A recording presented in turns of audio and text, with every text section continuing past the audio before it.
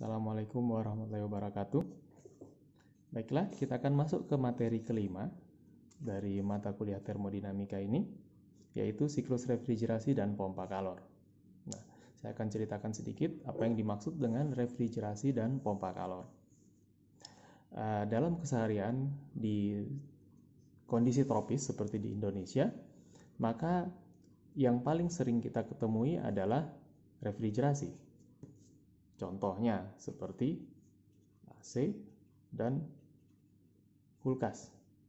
Ini adalah proses refrigerasi. Pada proses refrigerasi yang kita lihat adalah bahwa ini adalah ruangan, contoh ini kamar, dan kita pasang perangkat AC di dalam kamar. Fungsi dari AC tersebut adalah memindahkan kalor dari dalam ruangan ke luar ruangan. Ya, jadi fungsi dari AC atau refrigerator memindahkan kalor dari dalam ruangan ke luar ruangan, di mana temperatur di dalam ruangan tadi lebih kecil dari temperatur di luar ruangan. Ya. Temperatur dalam ruangan lebih kecil dibanding temperatur di luar ruangan. Contoh, kamar kita bertemperatur 25 derajat Celcius. Dan di luar ruangan ketika siang hari temperaturnya bisa mencapai 40 derajat Celcius. Artinya temperatur di dalam kamar lebih kecil dibanding temperatur di luar kamar. Akan tetapi AC berfungsi untuk memindahkan kalor dari temperatur rendah ke temperatur yang lebih tinggi. Secara natural, perpindahan panas hanya terjadi ketika temperatur hanya berpindah dari temperatur tinggi ke temperatur rendah. Ini perpindahan panas secara natural. Contoh, kita punya air panas 90 derajat. Lalu suhu ruangan 30 derajat.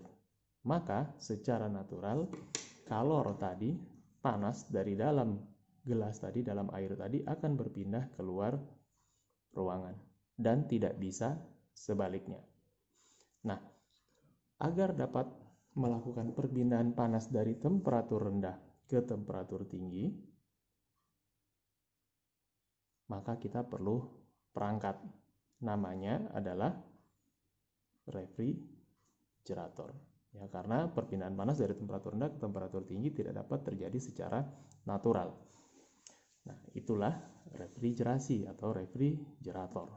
Memindahkan panas dari temperatur rendah ke temperatur tinggi. Dalam hal ini, kamar yang akan didinginkan, kalor diambil dari kamar yang akan didinginkan, lalu dipindahkan atau dibuang ke luar ruangan di mana temperaturnya yang lebih tinggi.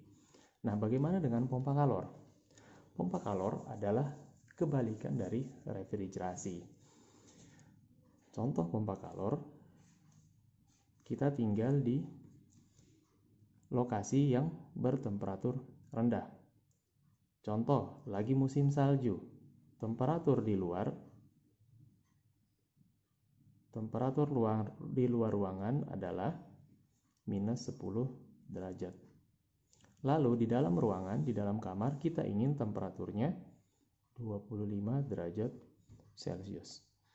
Nah, untuk dapat memanaskan ruangan bertemperatur 25 derajat Celcius, kita membutuhkan kalor yang ada di luar ruangan yang memiliki temperatur minus 10 derajat Celcius. Maka kita pasang perangkat namanya heat pump. Fungsi heat pump memindahkan kalor dari lingkungan bertemperatur rendah ke dalam ruang yang dipanaskan. Nah, kalau kita lihat bentuknya sama. QL dari temperatur rendah dibuang ke temperatur tinggi. Ini juga QL dari temperatur rendah dibuang ke temperatur tinggi. Yang membedakan adalah pada refrigerator yang kita butuhkan adalah temperatur rendahnya atau pendinginannya. Sementara pada heat pump yang kita butuhkan adalah temperatur tingginya atau pemanasannya. Jadi perangkatnya sama, siklusnya sama, hanya yang dipakai adalah sisi yang berbeda. Di refrigerator yang dipakai sisi dinginnya, di heat pump yang dipakai adalah sisi panasnya. Nah, kalau kita lihat dalam diagram di bawah, ini adalah refrigerator dan ini adalah heat pump. Konsepnya sama. Untuk bisa memindahkan kalor dari temperatur rendah ke temperatur tinggi, maka kita perlu adanya kerja. Kita perlu kerja. Contoh seperti AC. Kita butuh kerja dalam bentuk energi listrik. Nah, selanjutnya pada refrigerator, QL diambil dari ruang refrigerasi atau dari dalam kamar, lalu dibuang ke lingkungan. Sementara pada heat pump, QL diambil dari lingkungan yang bertemperatur rendah, lalu kalornya dimasukkan ke dalam ruangan yang ingin dipanaskan. Jadi kalau kita lihat ini sama, QL masuk, W masuk, QH keluar, QL masuk, W masuk, QH keluar. Ini sama, yang membedakan hanya ini. Yang satu dipakai untuk mendinginkan ruangan, yang satu dipakai untuk memanaskan ruangan. Sehingga COP atau kinerja, jadi pada heat pump dan refrigerator, kinerja diukur dengan COP atau koefisien prestasi. Nah, COP pada refrigerator adalah efek pendinginan dibagi dengan kerja yang masuk atau QL per W in.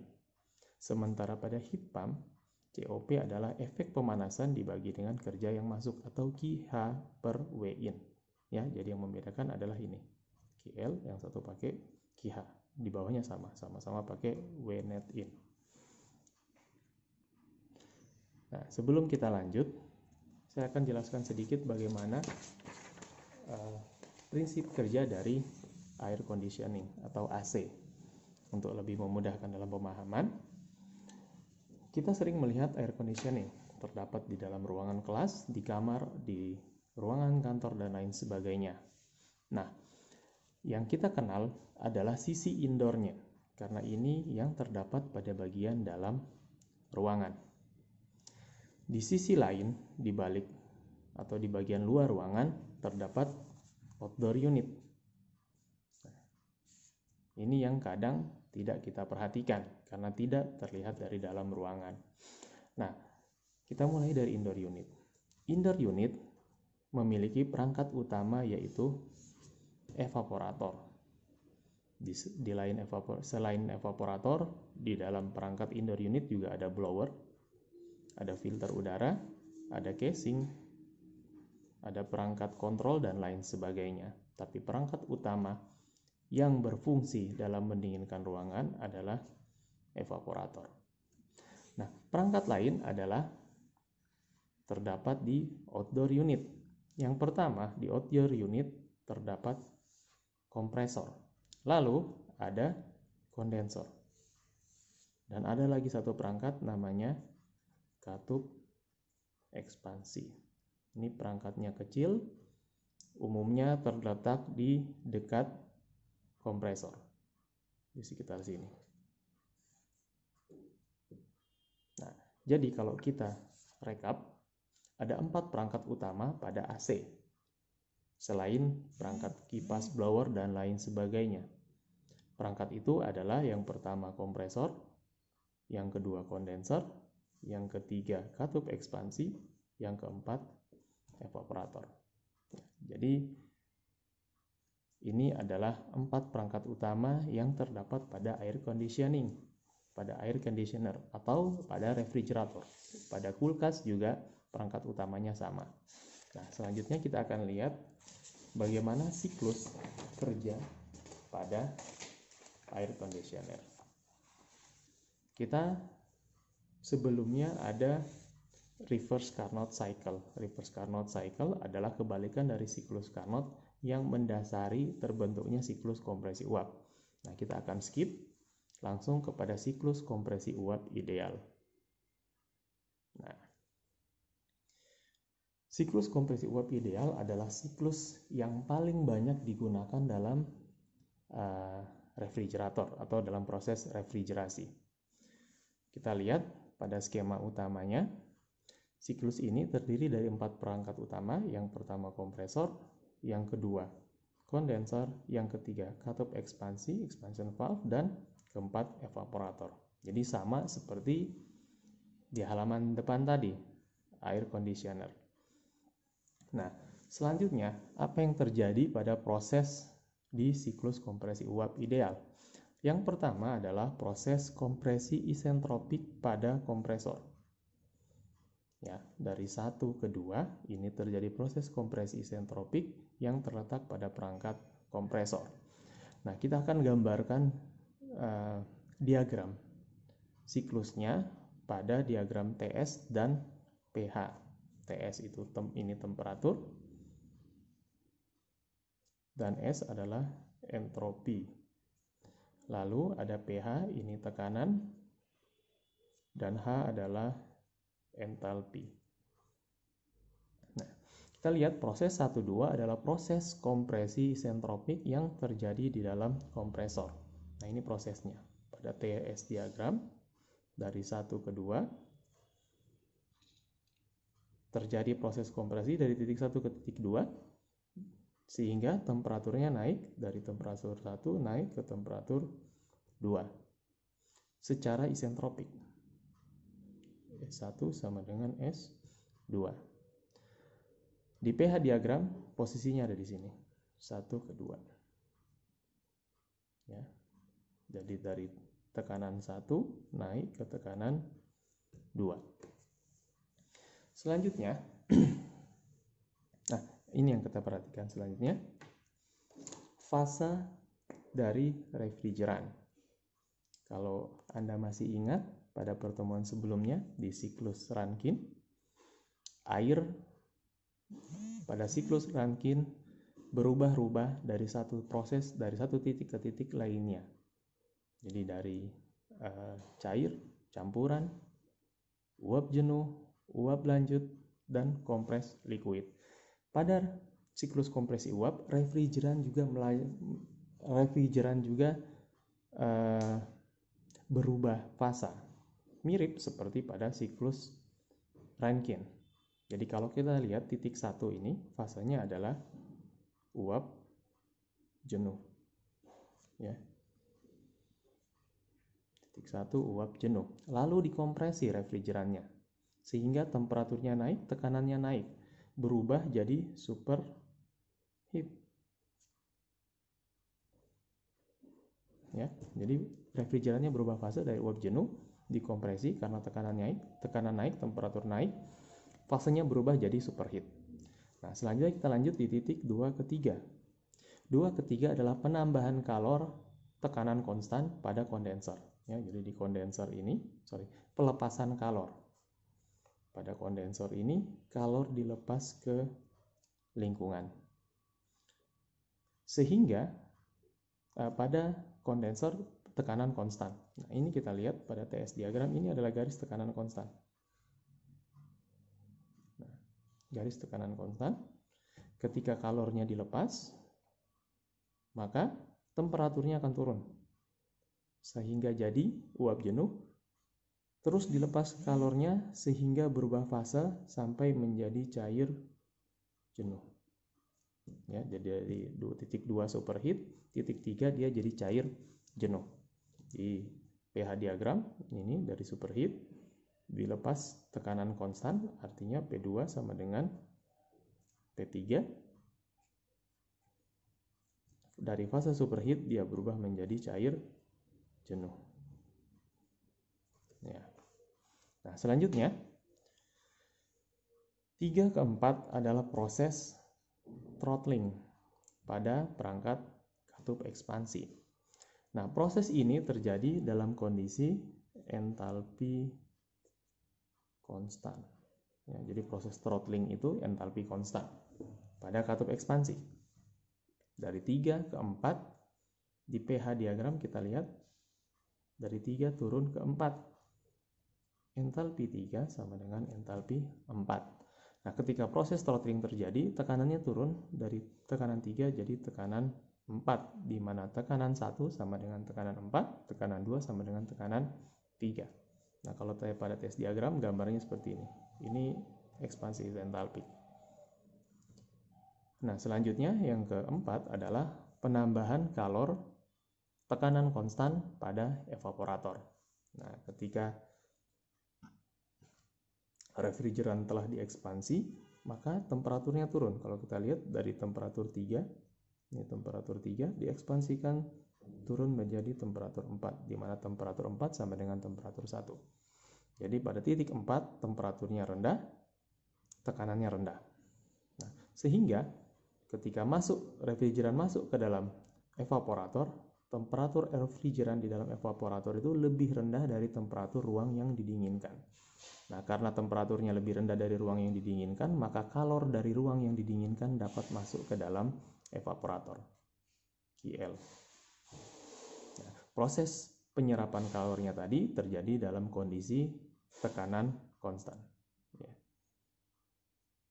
QL, tekanan konstan. Sehingga refrigeran tadi yang awalnya di titik 4 itu fasenya campuran, ada di tengah-tengah kurva jenuh, maka ini fase campuran. Ketika dia menyerap kalor akan berubah menjadi uap jenuh. Ya.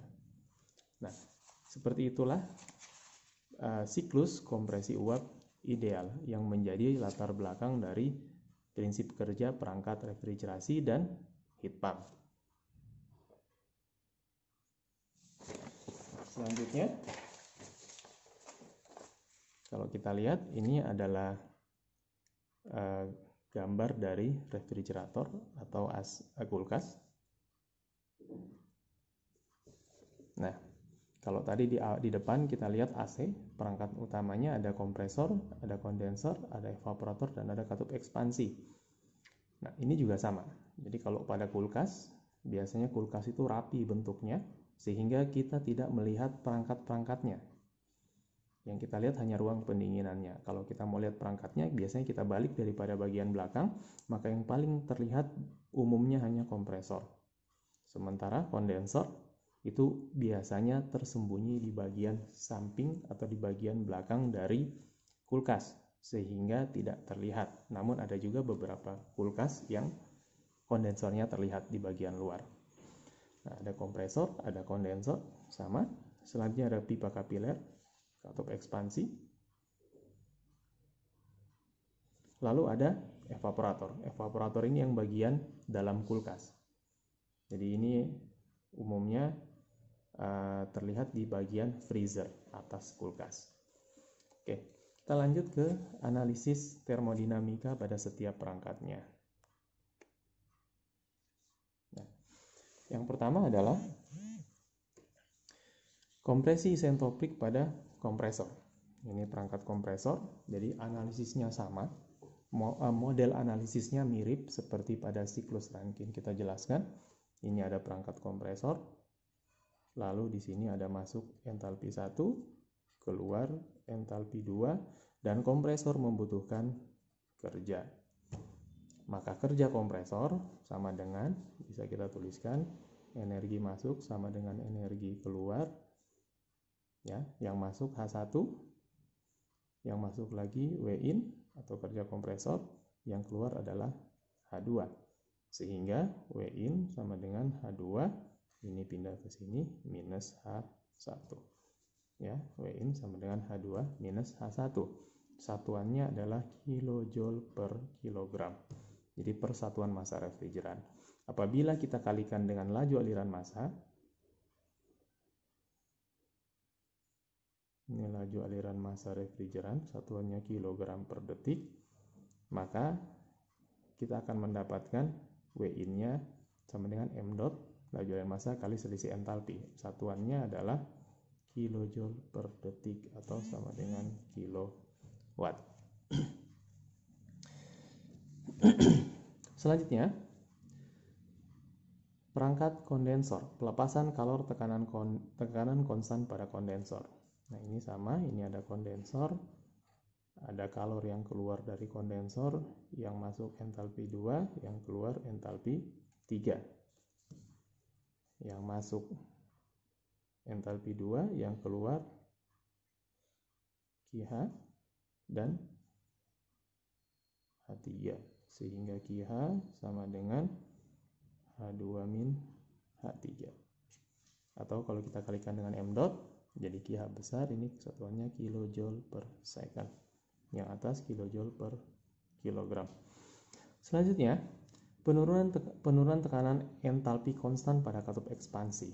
Nah, karena entalpi konstan, maka entalpi 3 sama dengan entalpi 4. Nah, ini sederhana, tidak perlu perhitungan. Dan yang terakhir adalah penyerapan kalor tekanan konstan pada evaporator.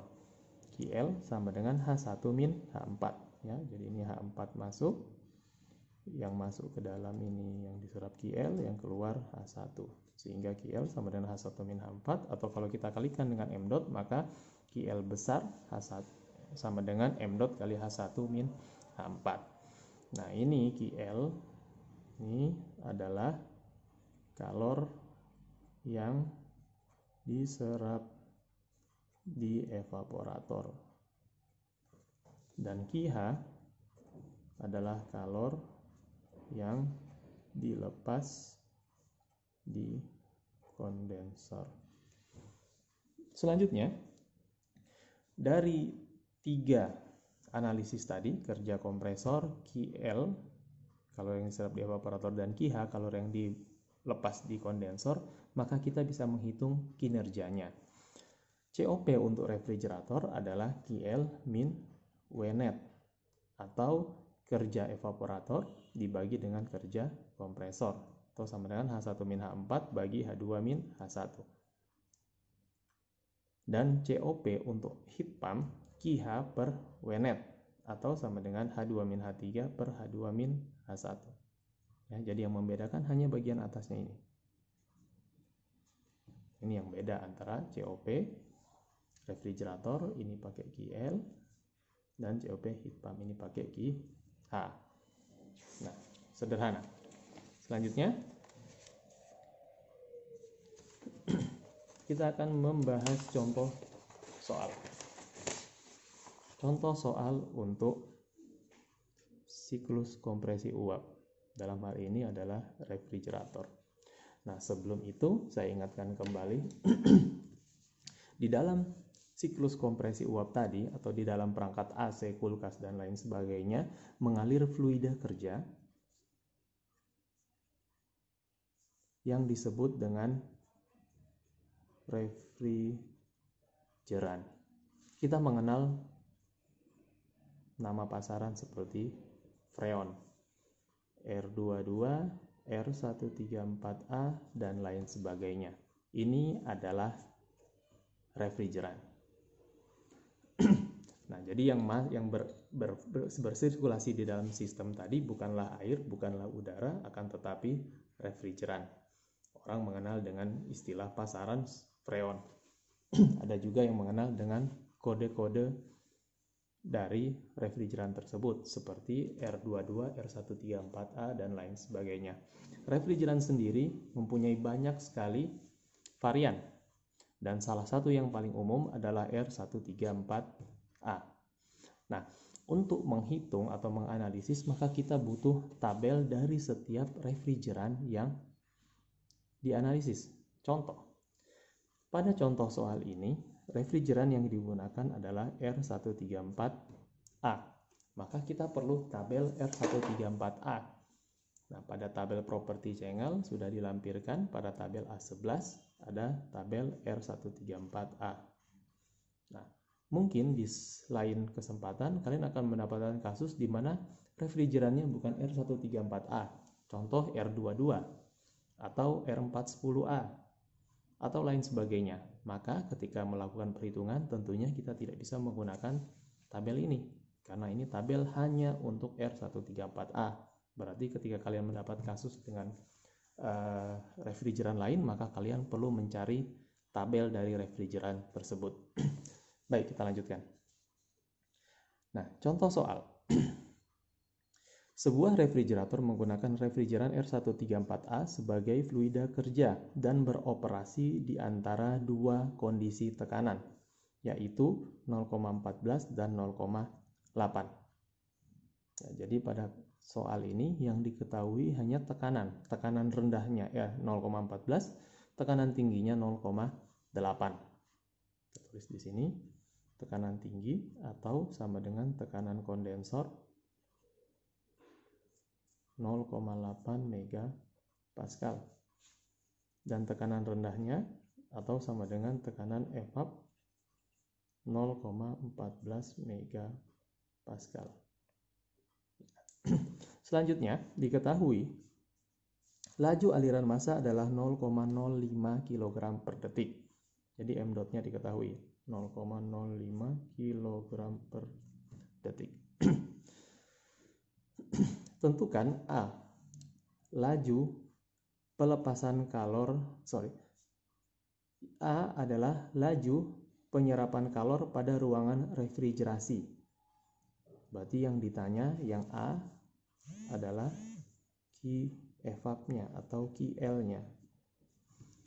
Yang B, berapa laju pelepasan kalor ke lingkungan? Berarti ini adalah Q kondensor atau QH. Yang C,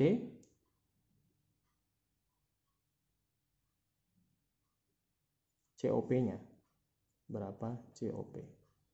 Nah, yang A ini yang ditanya selain Q evap juga W kompresor. Oke, jadi kita sudah tahu ini kasusnya. Kita lihat pada TS diagramnya. Nah, yang diketahui hanya tekanan. Ini garis tekanan konstan. Nah, diketahui tekanan bawahnya 0,14, tekanan atasnya 0,8. Oke. Nah, untuk itu kita perlu mencari properti dari setiap titik agar kita dapat melakukan perhitungan analisis termodinamika dari siklus kompresi uap. Yang pertama, titik 1. Titik 1 yang diketahui adalah tekanan 1. Ya, ini titik 1, ini tekanan bawah tadi 0,14, tekanan atas 0,8. Ini tekanan konstan. Artinya tekanan 1 dan tekanan 4 sama. Dan tekanan 2 dan tekanan 3 sama. Nah, titik 1 yang diketahui bahwa titik 1 tekanannya adalah 0,14 megapascal. Selain itu, pada titik 1 kita lihat posisinya, fasenya pada titik 1 adalah uap jenuh. Ya. Pada titik 1 kita ketahui fasenya adalah uap jenuh. Maka dari sini kita bisa menghitung kita bisa mencari berapa entalpi 1. Kita pakai tabel A12. Saya tunjukkan tabelnya. Ini tabel yang digunakan adalah tabel A12. Pressure tabel. Ya, tadi diketahui tekanannya adalah 0,14 megapascal atau 140 kilopascal. Dan fasenya adalah uap jenuh. Kita lihat ini uap jenuh. Maka tinggal kita tarik garis ke sini. Nah, ini 140 kilopascal dan entalpinya adalah entalpi uap jenuh. Selanjutnya yang kita catat adalah entropinya. Entropi ini juga uap jenuh. Ini kita catat. Ya. Entalpinya 239,16, entropinya 0,94456. Ya, ini entalpi, entropi. Nah, selanjutnya titik 2. Titik 2 diketahui tekanannya P2 sama dengan 0,8 megapascal dan titik 2 fasenya adalah superheat vapor. Oke. Nah, selain itu, yang kita ketahui di titik 2 adalah ini. Entropi 1 sama dengan entropi 2. Maka S1 sama dengan S2 atau sama dengan 0,94456. Nah, selanjutnya ini tadi pakai tabel A12 yang di atas. Ini kita cari pakai tabel A13 atau tabel superheat.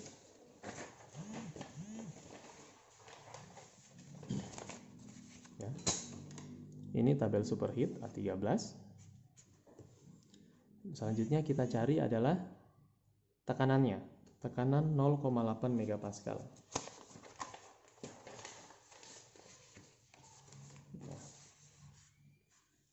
Ini 0,8 megapascal.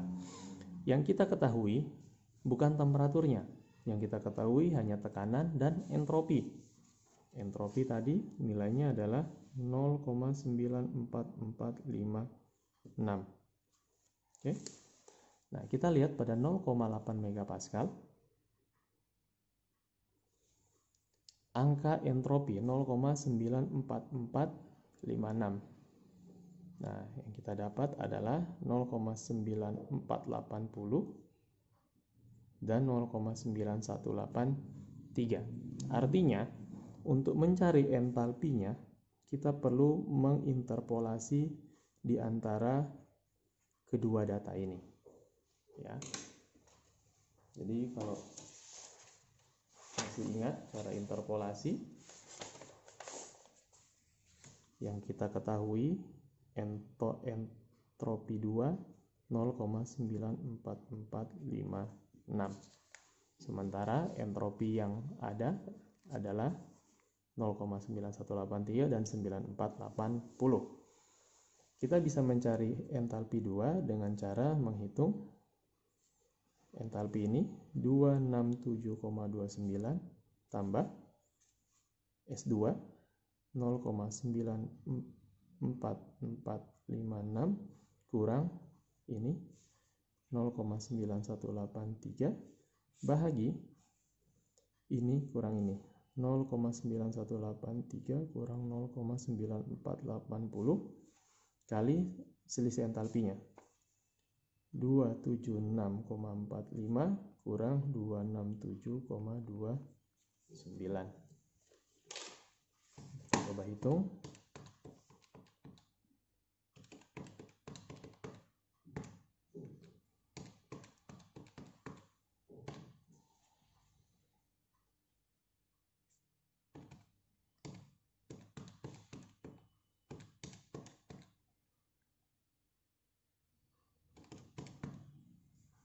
Ini kebalik ya.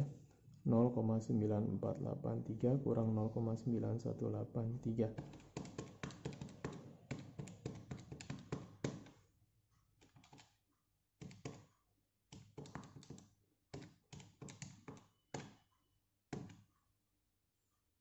Ini sama dengan 267,29 tambah 0,8753 kali 276,45 kurang 267,29 9,16. Nah, kita dapat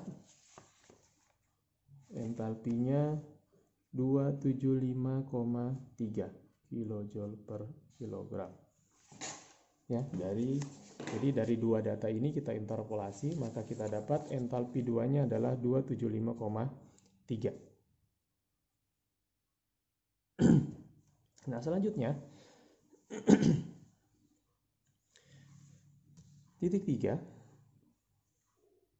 ekspansi entalpik.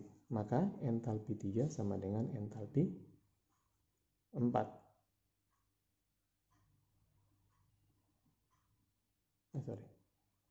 Sebentar. Di titik 3, tekanan 3 sama dengan 0,8 megapascal.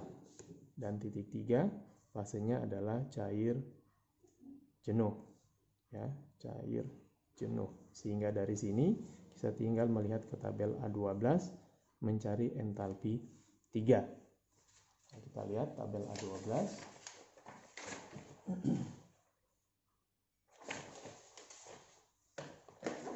Pada tekanan 0,8 megapascal atau pada tekanan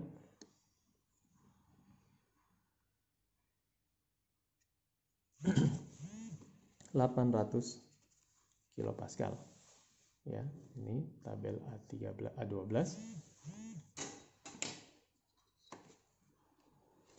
Lalu kita catat, karena dia cair jenuh, maka kita lihat saturated liquid enthalpy atau HF-nya. Ya, HF-nya adalah 95,47. Oke, ini 95,47. Lalu di titik 4, karena H4 sama dengan H3, nah ini tidak perlu perhitungan, kita tinggal ambil angka ini, 95,47. Oke, nah setelah kita dapat entalpi pada keempat titik tadi, entalpi 1, entalpi 2, entalpi 3, dan entalpi 4, maka kita bisa melanjutkan dengan perhitungan. Perhitungannya sederhana sekali. Oke. Yang pertama kita hitung adalah QL atau Q evap. QL sama dengan M dot H1 min H4, di mana M dot diketahui 0,05 kg per detik kali entalpi 1 239,16 kurangi entalpi 4 95,47. Maka kita dapat kalori yang diserap di evaporator adalah 7,18 kW. Selanjutnya kerja kompresor. Kerja kompresor W in sama dengan M dot H2 min H1 0,05 kg per detik kali H2 275,39 kurangi H1 239,16.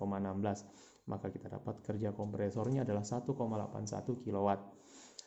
Selanjutnya yang B, menghitung berapa kalori yang dilepas di kondensor QH sama dengan M dot H2 min H3. Nah, tinggal kita masukkan angkanya, maka kita dapat kalori yang dilepas di kondensor adalah 9 kW. Nah, dari sini kita bisa menghitung berapa COP refrigerasinya, di mana COP refrigerasi sama dengan QL bahagi WIN. QL bahagi WIN 7,18 bagi 1,81 kW, maka kita dapat COP-nya adalah 3,97.